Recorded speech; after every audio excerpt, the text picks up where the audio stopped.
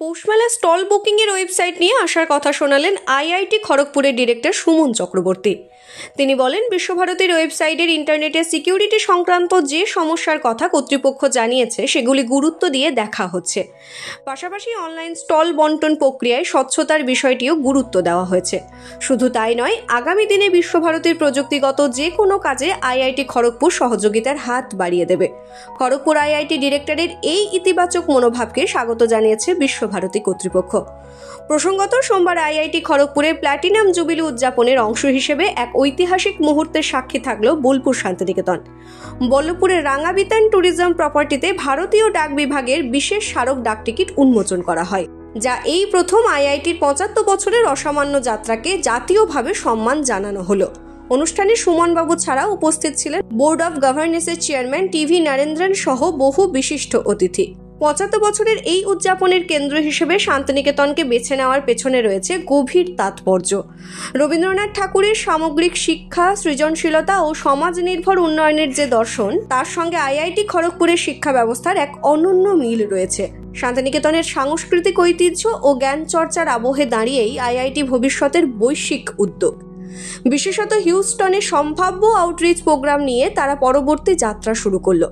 সেখানে পৌষমেলার ওয়েবসাইটের বিষয়ে আইআইটি ডিরেক্টর কি বললেন, আমরা শোনাবো এই বিশেষ প্রতিবেদনে।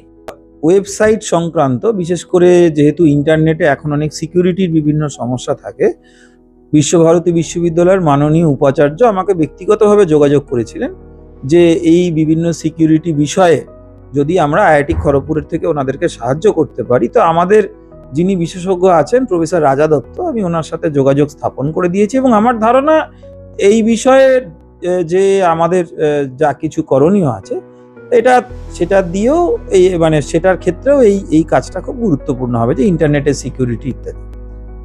স্যার, ১ মাসেরও কম সময় রয়েছে এবং স্টল বন্টন করতে সুবিধা। তো স্বচ্ছতা অবলম্বন করতে কি কি পদ্ধতি জানা? দেখুন, আমি তো এটার বিশেষজ্ঞ নই, কিন্তু আমি এটুকু বলতে পারি যে একটা ওয়েবসাইটে কি থাকবে সেটা স্টল বন্টন যারা করছেন তারা যে গাইডেন্স দেবেন সেই অনুযায়ী ওয়েবসাইটে সেই নিয়মকানুনটা থাকবে। তো সাধারণত কোনো অনলাইন সিস্টেমে যদি না কোনো সিকিউরিটি ব্রিচ থাকে, তাহলে অনলাইন সিস্টেমে স্বচ্ছই থাকে।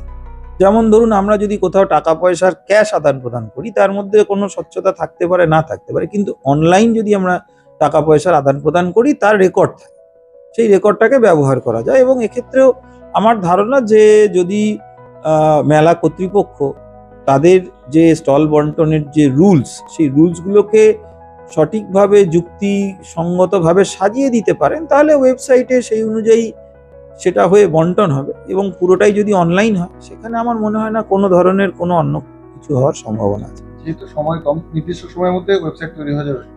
আমাকে তো এই বিষয়ে মাননীয় উপাচার্য এই বিষয়ে কিছু বলেননি, কিন্তু আমি এটুকু বলতে পারি যে আইআইটি খড়গপুরের থেকে বিশ্বভারতী বিশ্ববিদ্যালয় যে কোনো ধরনের প্রযুক্তি ব্যাপারে যা সাহায্য চাইবেন, আমাদের সম্পূর্ণ সাহায্য সেটার জন্য থাকবে।